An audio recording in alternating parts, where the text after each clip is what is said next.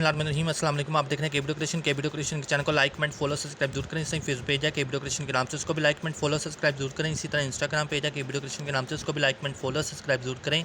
कुछ लेना पूछना व्हाट्सअप नंबर दे दिया गया 0309 29 17 317 बाई मैं कामना बट्टी। आप लोग देख रहे हैं केबी डेकोरेशन। प्लीज़ मेरे चैनल को लाइक कमेंट शेयर सब्सक्राइब आप जरूर करें।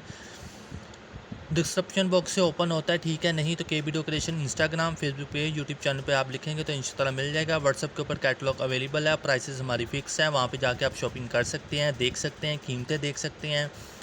हर चीज़ हर डिटेल जो है वहाँ पे मेंशन कर दी गया। व्हाट्सअप की कैटलॉग को ओपन करें, एक ही नाम है, एक ही फ़ोन नंबर है, एक ही जैस्किन अकाउंट है, एक ही बैंक अकाउंट है, वहाँ पे आप पेमेंट करें, पार्सल आपको मिल जाएगा। ये हेयर पिन है, क्लिप भी बोलते हैं, हेयर पिन भी बोलते हैं। जिस किसी को चाहिए, अच्छी क्वालिटी है, मेटल भी हैवी है, जिस किसी को चाहिए मुझसे रब्ता करो, इंशाल्लाह मिल जाएगा। ये सिल्वर गोल्डन में भी अवेलेबल हैं, ठीक है। साइज़ मैं आपको यहीं पे मेंशन कर देता हूँ।